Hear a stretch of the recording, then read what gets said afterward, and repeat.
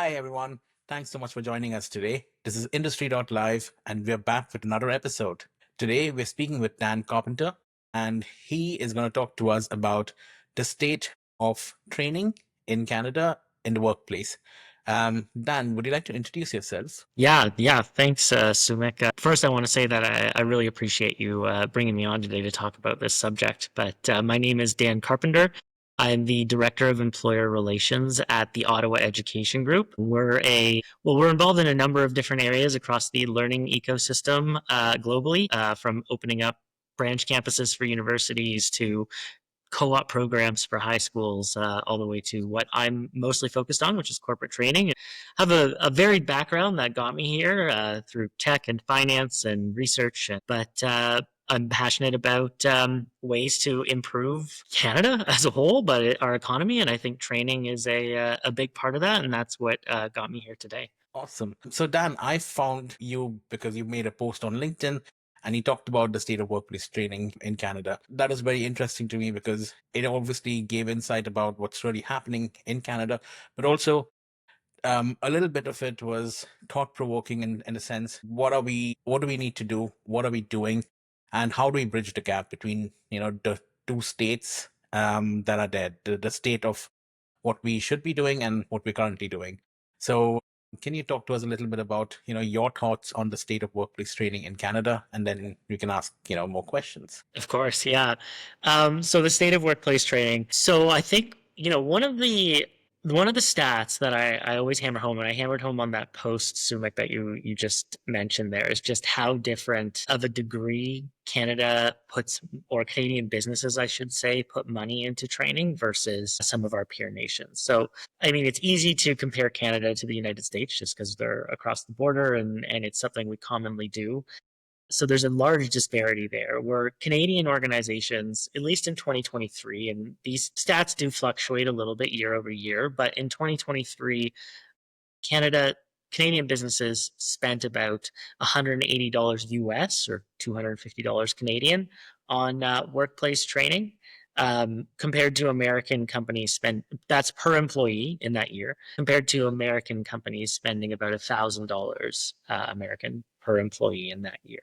So 10x in the United States per employee. And, you could say like, okay, well, the United States is a very, very large economy. There's economies to scale there. They have more people, etc. But when you look at the OECD average, so that's the 32 most economically developed nations, their average is 750 US dollars per employee in that year. So even when comparing Canada to many of our peer nations, we're still nowhere near the training investment that those companies are making. So the state of workplace training in Canada, I would say, is underdeveloped, I think is maybe a proper word, or deprioritized compared to some of the other areas that businesses focus in on. But I mean, that's why we exist, is because we want to bring this to people, and it's a competitive advantage. I mean, we can get into all this, and we will get into all of it. We're not in a great place. Let's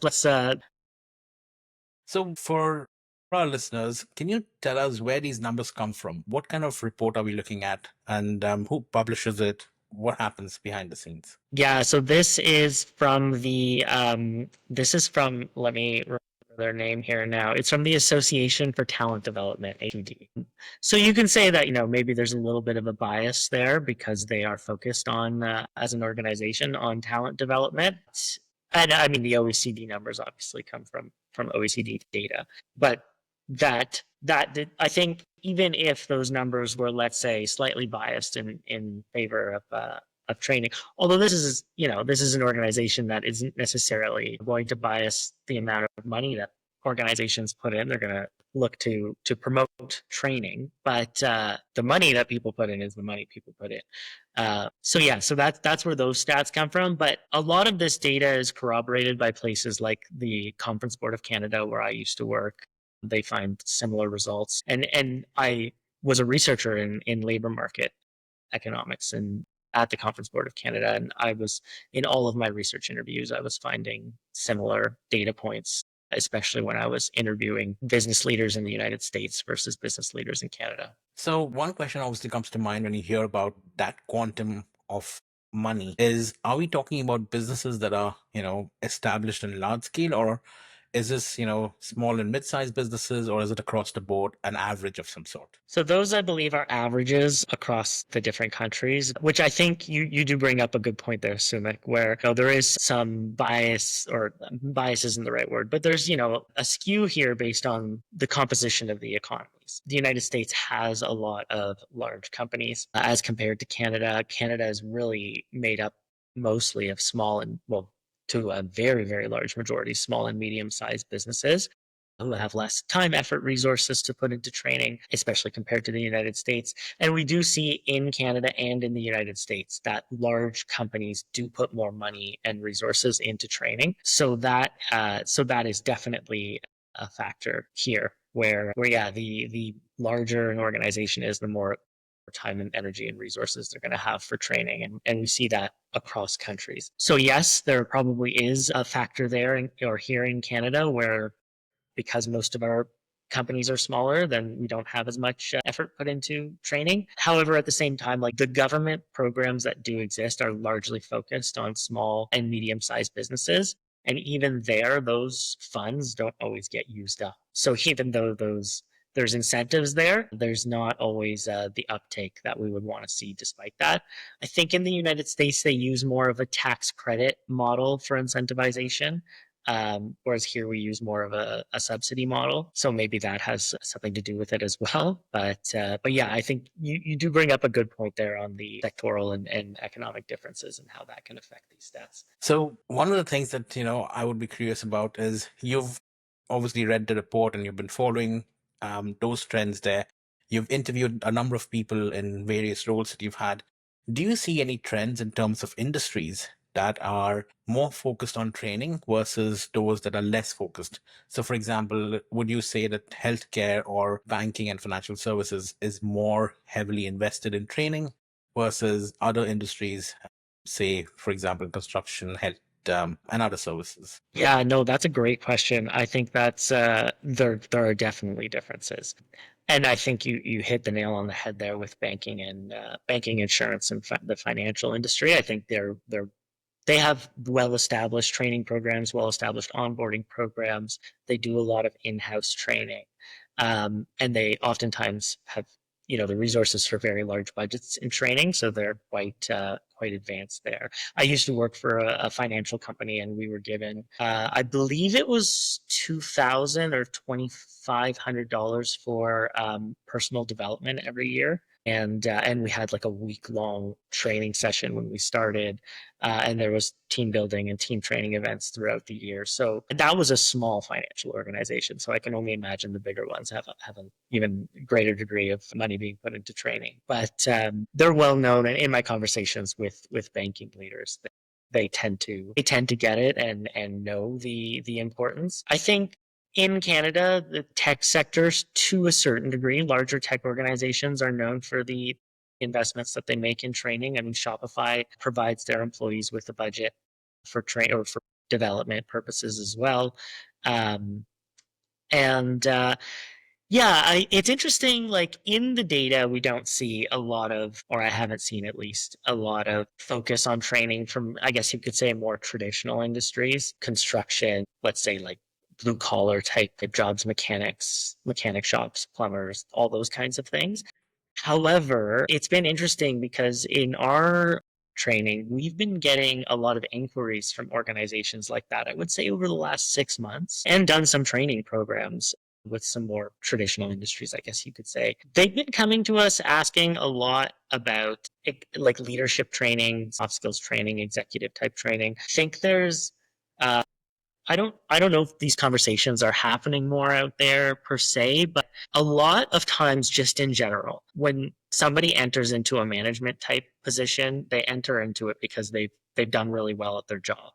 But when you enter into management, the skill set is often quite different than the skill set that made you good at what you were doing beforehand that got you into management.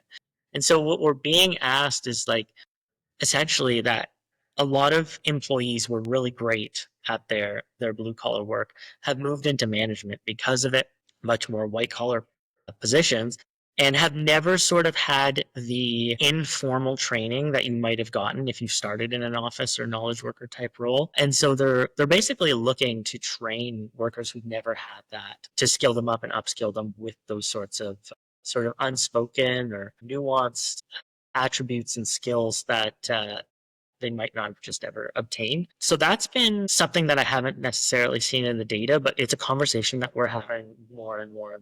And it might be the fact that, we've trained some more traditional organizations now. And so conversations are happening outside that are making people interested in that. But that's sort of a nuance in the market that we're just finding. It's interesting that you brought up the fact that there are different kinds of training that companies are typically interested in. So do you typically see companies spending, that $100 or $200 that they're spending per employee every year?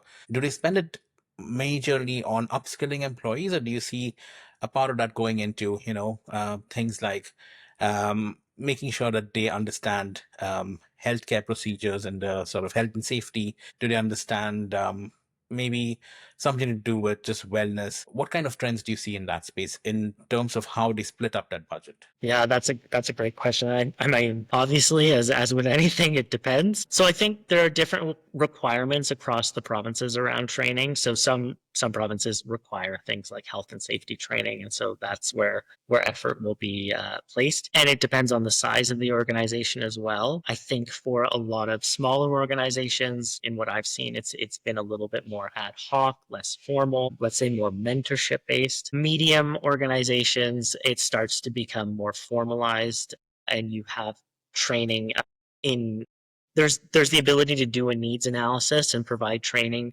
where those needs are, whether it's in technology, executive level, or leadership type training, soft skills for employees, um, or health and safety, or even like down to the nitty gritty, like a specific software. And then with larger organizations over 500 employees, typically those programs are very formalized, and there's whole departments set up to find out or to discover and provide uh, to discover training needs and to provide that training.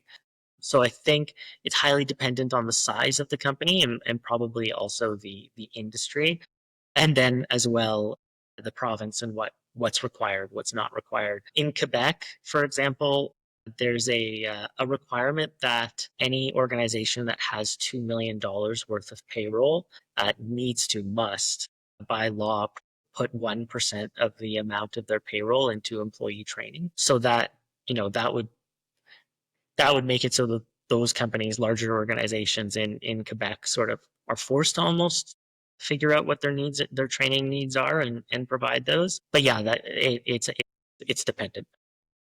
Yeah. Okay.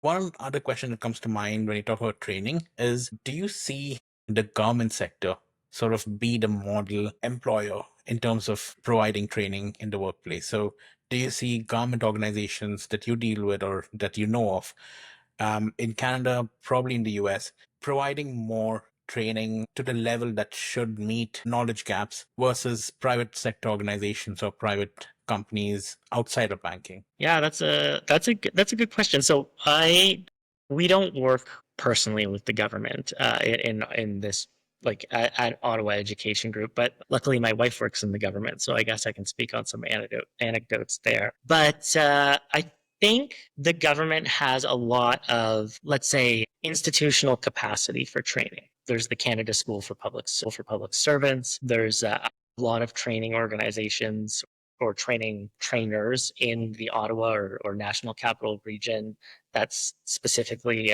work with the government. And I think there's a lot of executives in the government who are willing to engage in training or understand its importance. I think that sometimes, though, I think that again, the government is a huge beast, a behemoth of an organization, and it's going to depend so much by branch, by department, by who your DG is, who your director general, assistant deputy minister, et cetera, even your minister is, on how much of a focus or importance it's going to be. But I think sometimes where the government could do better is on the technology side of things. I think the government is quick to talk about new technologies, but I can't remember the exact difference, but I know in terms of digital government, so the amount that a government has digitized, we used to be one of the top countries in the world, and we've fallen far down that list. And I think a part of that is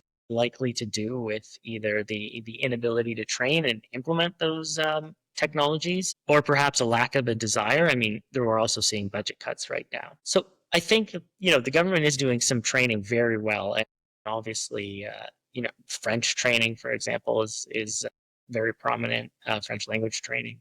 But I think there are areas that they could do better. Whereas I think, like I mentioned, the big banks, I think that they are much quicker to train and talk about and implement new technologies and provide soft skills training. I'm not sure of the state of soft skill. I know that's a controversial term. I'll use soft skills, but universal skills, human skills, whichever term you prefer. I don't know. I have not heard much about any formalized training around that in the government, whereas I know in the private sector, it's our top in demand program and what most people are coming to us for in the private sector. So it's definitely happening there, and I'm not sure that it's happening to the same degree in the government. So I think there's some work that the government could do, but obviously in Canada, as I said at the beginning, in the private sector, there's still a ways to go as well. It's interesting you talked about digitization in the government space as well as, in Canada. I want to come back to that. But before we do, we talked about, the government, and we talked about the various institutional sort of facilities that they have for training. Canada is also known to bring in a huge number of newcomers into the country. And these are immigrants who have had some degree of success at home in their countries, but they come to Canada for better life. Would you have a comment for what kind of training education opportunities exist in Canada for them? And do you see businesses willing to take up the challenge to hire them, train them, upskill them, or give them that sort of additional training that rounds off the edges and helps them acclimatize to their environment, the country, and the work environment that they have? Or do you see a gap over there that sooner or later needs to be filled, without which there would be issues of different kinds? This is a phenomenal question, something that I'm personally very, very passionate about.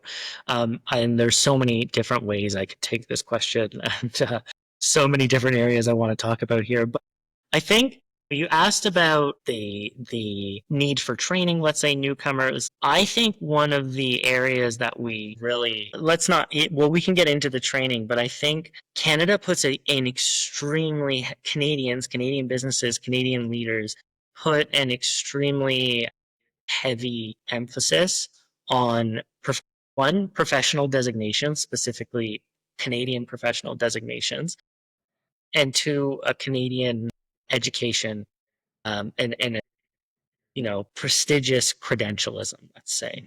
I think that a lot of organizations are missing out on some top talent because of that.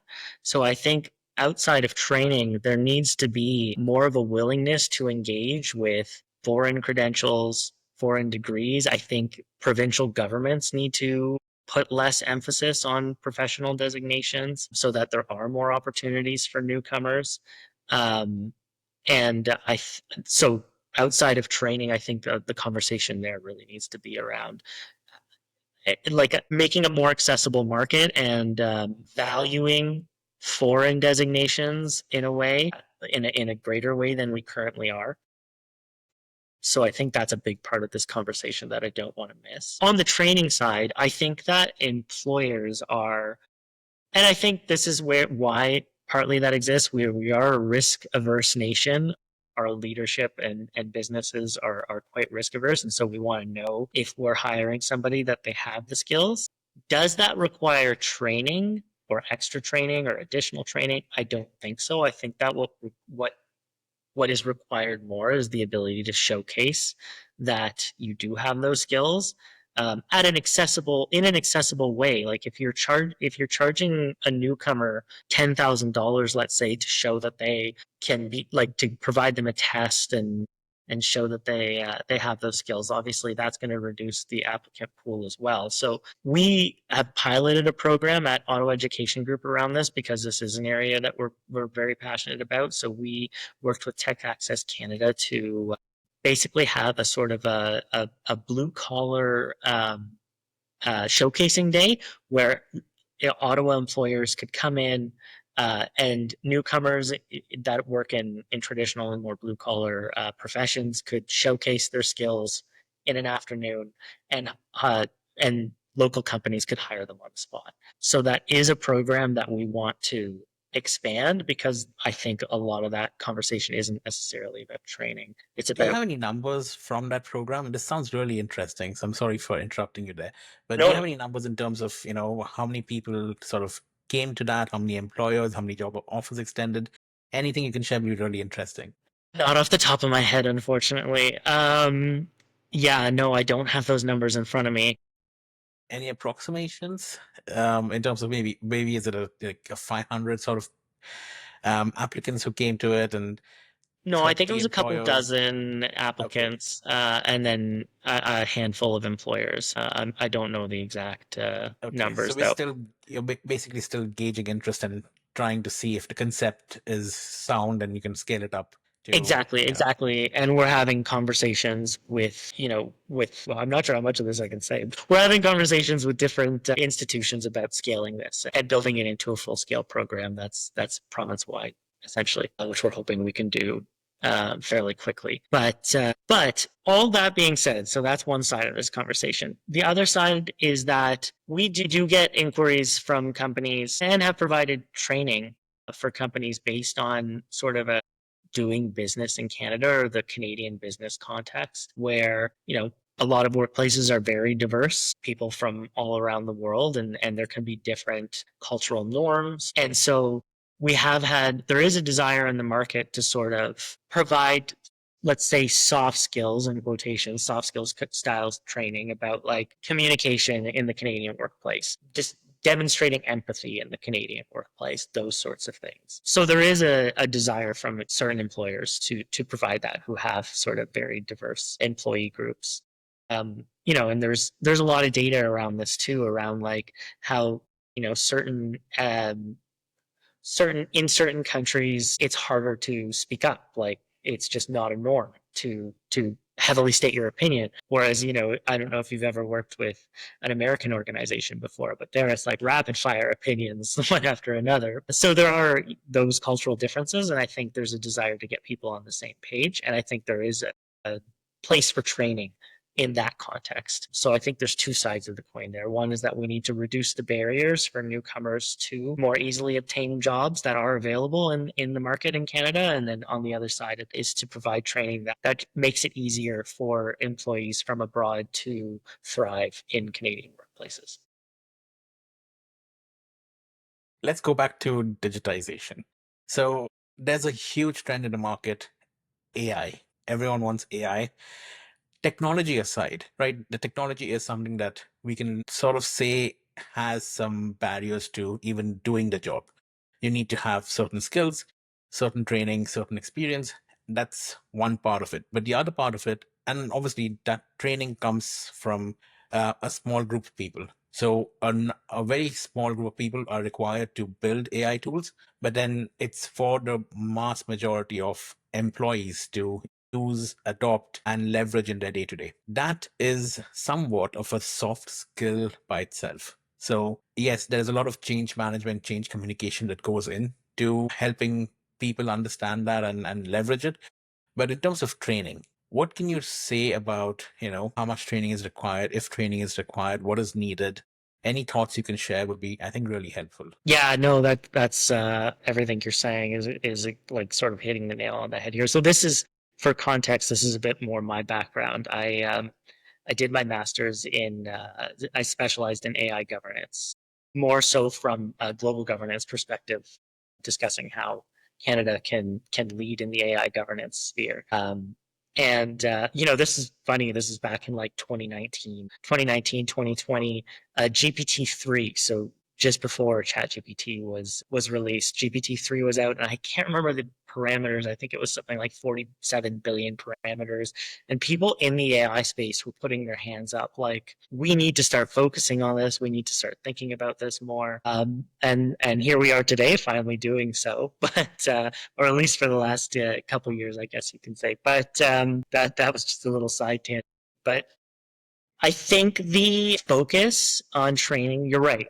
A small contingent of, very, very talented developers is where the focus on developing AI should be. And I don't think that we should lose sight of that in Canada. I think that, that's an area we have some of the best engineering and computer science universities. We have top talent in this country. That training needs to happen and should happen. But for the vast majority of workers in Canada, that's not where the emphasis needs to be at all. It needs to be on effectively using and understanding AI systems. And so I think where I would say at least, let's say, training dollars should go by companies or by the government would be in AI literacy. And I don't think that needs to be an advanced program. I don't think that needs to be hours upon hours upon hours of training. I think that you can effectively run an AI literacy program, let's say, in less than 20 hours over a few months or a year. And I think there's a number of reasons we need to do this. One is so that, as you say, we're digitizing, where AI systems are inevitably going to be rolling out. So it's just good practice to know. Two is that we have a very low level of trust in AI as Canadians. I believe it's the Edelman Trust Index. We're one of the lowest trusting nations in AI of the G7 or G20. So we don't really like it as a nation. I think that's partly born of our risk aversion. And the third point is really around the fact that because of that, other countries are going to be adopting AI. And so to stay competitive in a global marketplace, we need to understand it and know how to use it to stay competitive. So I think that, again, you don't need to be able to know how to develop AI systems to do that, but we need to make it more accessible, make AI less of a fear-based approach to AI and more of a curiosity-based approach on how will this make my life easier? How will this make my job better? And how can I leverage this for my own growth? And so I think that that's where training should be.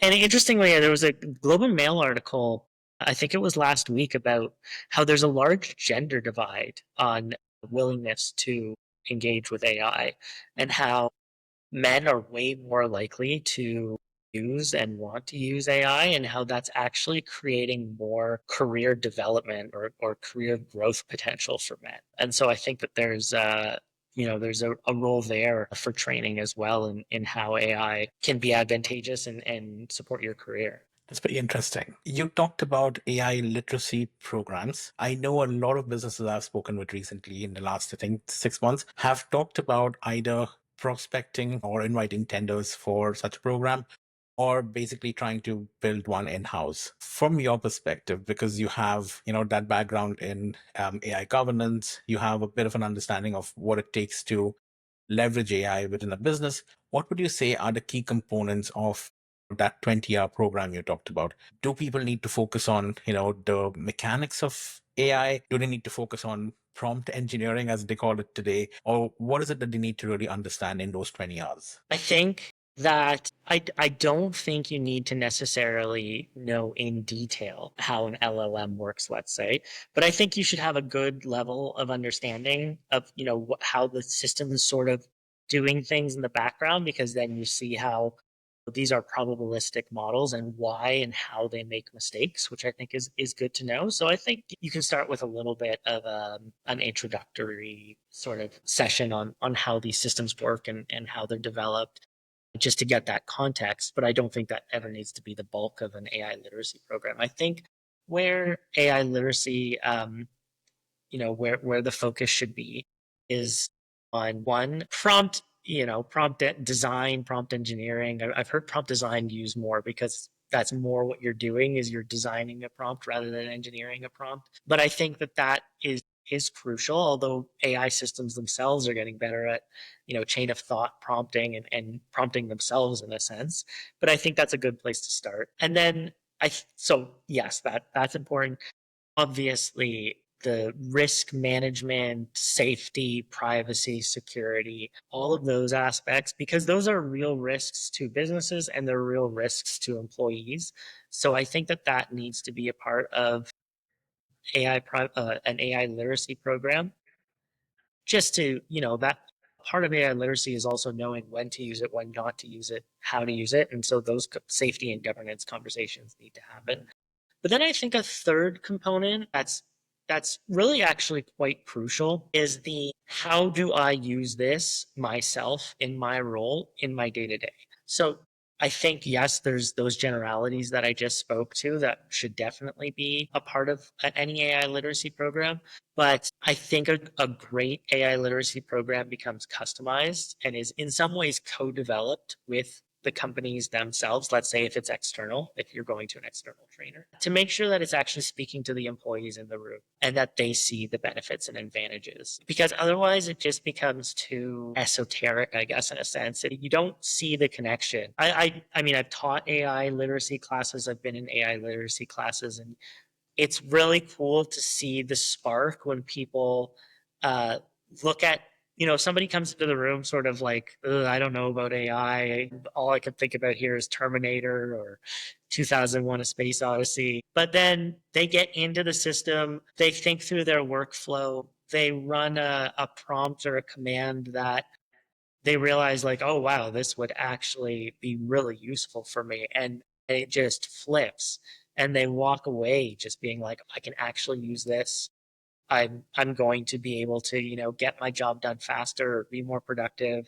I know because of the safety and governance side of things that this is a fair use. I think that's a component of AI literacy that I think is crucial and needs to be a part of any program that can easily be overlooked. Yeah. One of the things that, businesses often struggle with in Canada and the US is cybersecurity. So there's a lot of fraud, a lot of, BEC and just spam and phishing and all of that. With AI, that's obviously on the rise and it's getting really sophisticated. You can spring up clones of websites really quickly, deploy them so fast that even Google finds it hard to sort of get rid of them on their search results. So with all of that, do you see companies investing in any kind of cybersecurity training, cybersecurity awareness sort of models, anything else that they're doing to prevent them and their staff from sort of falling into those kind of traps and issues? Yeah, yeah. I mean, I think cybersecurity has the advantage of being much more established than sort of AI inside of organizations. So oftentimes, you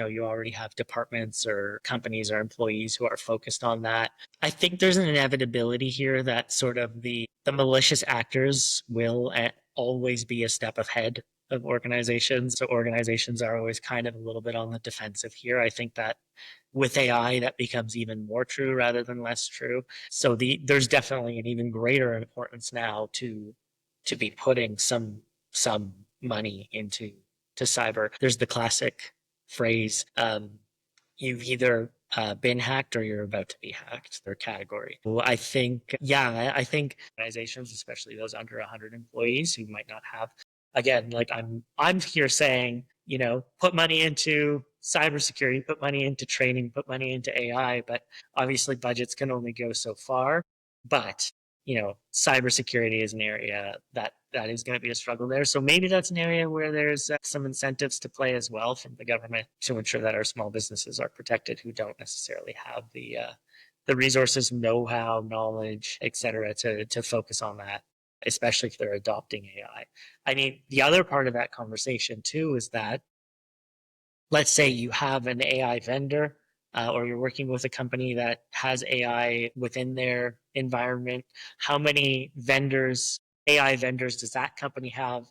And then those companies. So there's a sort of trickle down of so many AI companies that might make up one of your vendors as you look down the chain. And how do you manage the security and privacy and all of the other aspects of cyber that go into sort of vendor management. And I think that's also going to become more and more difficult with AI. So I don't have the answers to these questions, but it's definitely an area of concern and an area that organizations need to be aware of and be thinking about how much money and what sort of investments they want to make in.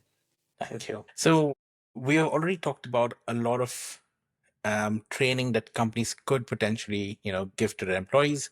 We've talked about budget that they potentially would be spending. Let's flip the conversation around to employees. How willing do you think employees are to receive training in today's environment? Do people seek out training? Are they looking for training opportunities themselves? What is it that we can say about the propensity to learn for people? Do they, when it's offered, does it have to be forced? As in, does it need to be a mandatory training offering, something that typically would be for compliance, but is it supposed to be mandatory, or do people want to get trained on AI, get trained on the soft skills they need to become better at their job, or to sort of, climb the ladder at their workplace? I think it's mixed. I think it depends. I mean, there's a lot of different ways to take this question, but I think that curiosity is an attribute that I think could be in higher supply. And I'm not sure why it isn't. I heard this was a remark that I heard many times in my research career when talking to business leaders, is that they wish that employees or workers in Canada just had more curiosity. I think there's a expectation or I don't know if it's an expectation or a desire that, once you've done post-secondary studies or done, whether it's college or university or an apprenticeship, once you've done that, you enter into a career and that's it. You've got what you need. You've got your know-how, and there's not necessarily a huge reason to continue with learning. Now, I don't want to say that's like all Canadians or that's across the board, but I think that that's a common perception.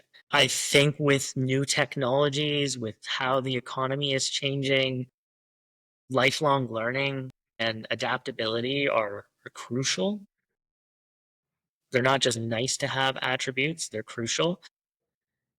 So employees who are curious and sort of feel like they can always be changing or doing more, there's always going to be a contingent of workers who are that type of person. And when they come into our classroom, they're gung ho, they're ready to go, they've got their laptops out, etc. I think and I think this does change with age to a certain degree too. I think if you're close to the end of your career, there can be a feeling of like another change, another technology, another, uh, you know, something else, a new process that I have to learn. Like, when is this going to end? But I think the answer now, unfortunately, is it's just not going to end. It's only going to accelerate. So I think I also have that feeling that of those, this in the same way as those business leaders, if I wish there was a little bit more curiosity, and I'm not sure how that's something, how we instill that. I think that's an open question in my mind. I don't know, Sumik, do you have an answer to that one? How do we create more curious people? I think just my experience has just been companies that reward curiosity, they typically, encourage more people to be curious. And then obviously there's that component of transparency and openness. So if business leaders are transparent and open about how a particular change is going to impact the people, and then they offer that training and there's that trust, because of that transparency, people are more willing to be curious and sort of open-minded to adopt it. Otherwise, there is a high chance that people are just going to reject that change and sort of try to resist it for as long as they can. Yeah, no, I think that building incentives and building a culture of curiosity starts with incentivizing it. You're 100% right on that. And that reminded me of this was a part of this was a conversation I had after presenting on this topic recently, where, you know, the question was, why do Americans put so much more money into learning and development than Canadians? And I think they're a part of this conversation, um, and around, employee desire for learning and development and workers themselves, is post-secondary education in the United States is incredibly expensive a lot of the time. And so a lo- I think there's an acknowledgement amongst businesses or leaders in the US that, you can't necessarily expect someone to be upskilled at a large institution or a prestigious institution because they just don't have the resources. I'm not saying that education in Canada is inexpensive in any way. It's obviously still quite expensive here, but nowhere near the levels of the United States. So I think it's easier for businesses to have a feeling of like, oh, we can just outsource training and learning and education to colleges and universities and other providers because it's accessible, or you can get grants or loans, etc. So I think there is something there, and I get it from a worker's perspective as well. That you don't want to necessarily constantly be training, but I think there is a sweet spot there where you're focused on the. You don't need necessarily, if you wanted to retrain to become a developer, yes, you need to put a lot of time and effort and energy into that. But a lot of the skills that are in demand and needed are skills that you can, like AI literacy, let's say like presentations, communications, those types of things. The average training that an American employee gets in a year, or the average amount of hours they get in a year for training, is 57 to 62. So that's about an hour, a little more than an hour a week. I think that if we were closer to those levels in Canada, then employees would be more engaged in training because it's not an overwhelming amount. And if you're creating that atmosphere, like you say, of incentivizing curiosity, then it becomes accessible, easy, and can be fun. I mean, I've always had fun learning new skills on the job, and I think there's a lot of people who feel that way. So I think it's about creating those environments so that employees feel empowered to move forward in that sense. Okay, that answers all the questions I brought with me today. Is there any question I should have asked you that I didn't ask you? Oh, that's a good question. Yeah, um I think I just want to continue a little bit more on that skills piece. I think that there's it's funny. I had a friend reached out to me recently. It was like, you work in workplace training, you've worked in labor market analytics. Like, should I go back to school to become a full stack developer? And I was like, look, I don't think you need to do that. Like, I think that there's probably going to be, because of productivity increases with AI. I don't I know that the junior dev field right now is a bit of a struggle. I know that for junior developers, there's not a lot of opportunities in Canada right now, at least in the data. And so I was like, I don't know if this is for you. Like, I think that you have a lot of the skills for the economy um, that are in demand, and what employees and employers should be focusing on, and employees should be focusing on, and really that's adaptability. I think that's we've talked about that here. Things, technological changes, economic changes, etc. I think are requiring employees to be highly adaptable. It's an incredibly valuable attribute or skill. Like I just said, curiosity, being curious and constantly learning and wanting to learn. And Tyler Cowen is one of my favorite economists. He runs the largest economics blog in the world, Marginal Revolution. And he's talked a lot in recent years about how his favorite question to ask to engage or to learn about somebody's curiosity levels is, what are the tabs you have open on your computer right now? And so I love that. I mean, I've always got, right now, I literally have like 50 tabs open in front of me. So I think that is a good proxy for curiosity. So yeah, keep lots of tabs open and constantly be exploring. And then one thing we didn't talk about at all here that I think is important is entrepreneurialism. And that doesn't need to be starting a company. You can be an entrepreneur as well, but that's a harder skill to train. But I think that is a key skill in the 20 I mean, I was going to say in the 21st century, but I'm actually going to say as AI continues to penetrate the market, because one, we're already seeing in the data, like I just said, that junior positions are starting to dry up. And there's probably some degree of that is AI adoption, or some of the cause is AI adoption. So I think that it's going to be more important to know and be able to start a business if you're young, if you're ambitious, and if you're struggling to find, a junior position or entry level position. And then once you're in an organization, to be able to push the envelope and be an entrepreneur and sort of be agile and develop new processes and think through those things. I think that those are crucial with technology changes, and AI makes that more possible. I think one, you can, AI makes it so that you can build an AI tool or AI product. And we see stories all the time of young people developing a new AI tool that they then sell for millions of dollars at like 18. Constantly see those stories. But at the same time, it makes it so that, you can, with AI, to build a business plan, find out who your market is, help develop your marketing strategy, et cetera, et cetera. So I really think those are the three crucial skills. And those are non-technical skills. Those are all, in a sense, sort of human skills or soft skills. That's I guess I'm leaving off with, we didn't necessarily talk about the top three skills, but I think those are the top three skills and where I would advise anyone who's taking our programs, or any, not just young people, but anyone in the Canadian workforce to sort of be putting their time and effort.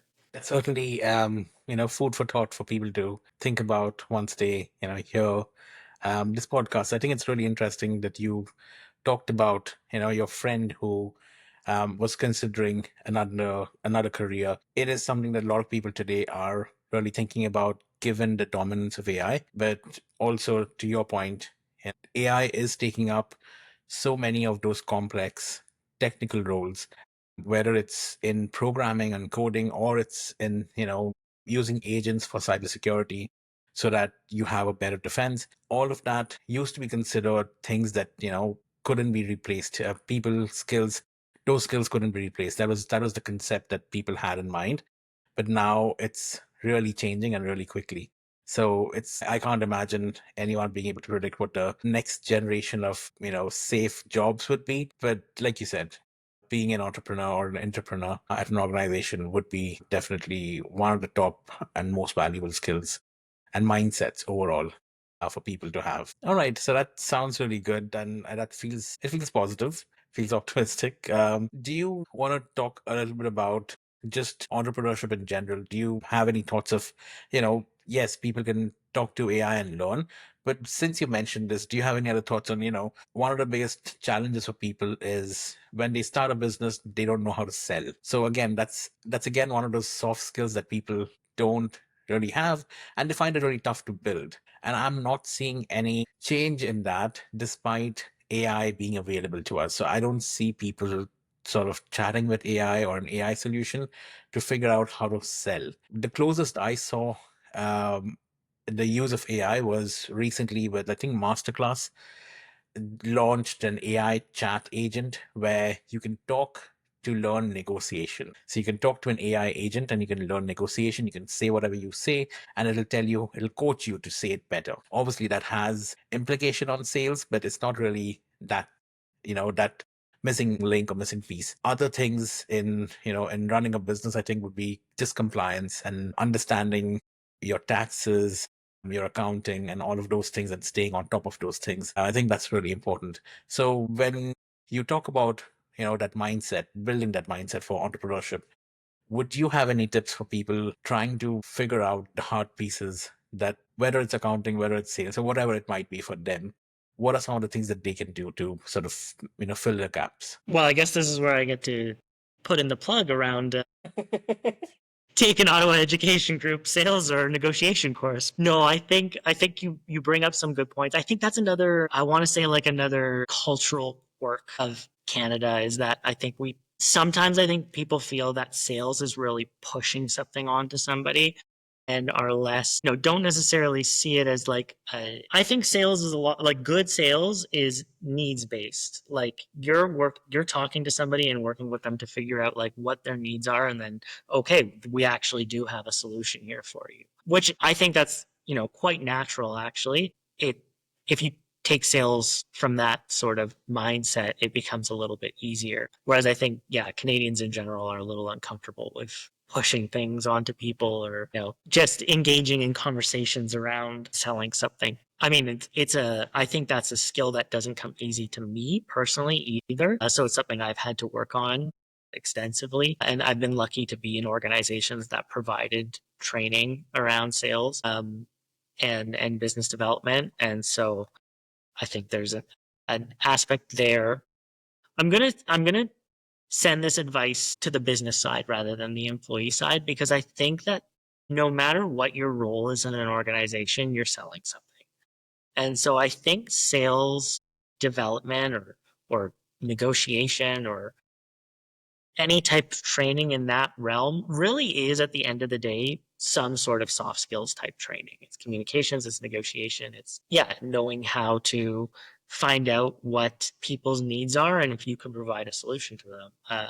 So I think that, and we've had businesses come to us and provide sales training, not just for their salespeople, but for their entire organization. And I think that's actually the right approach, because you're always going to be, no matter your role, let's say you're working in backroom operations, you probably want to sell some new solution up to your manager, down to your reports, or laterally to other colleagues of yours. It's not always an external facing skill. It's something that everybody has to do. So I think organizations would be it would be beneficial to provide sales type training or sales and soft skills type training across the organization. And I think that and employees who have that are going to be more effective in their roles. And I think it leads to a lot of career growth and career potential.